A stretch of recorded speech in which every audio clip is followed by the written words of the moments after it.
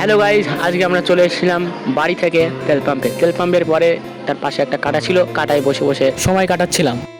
তারপরে আমার একটা বন্ধু ঠান্ডা নিয়ে আসলো, আর ঠান্ডাটা আমি খাবো বলে রেডি হয়েছি, খাইয়ে নিলাম। তারপরে আমার বন্ধুটাকে দেবো, হ্যাঁ, সে তারই ঠান্ডা, বাট আমি তার সঙ্গে নিয়ে খাওয়ালাম, তারপরে আবার ওকে দিয়ে দিলাম।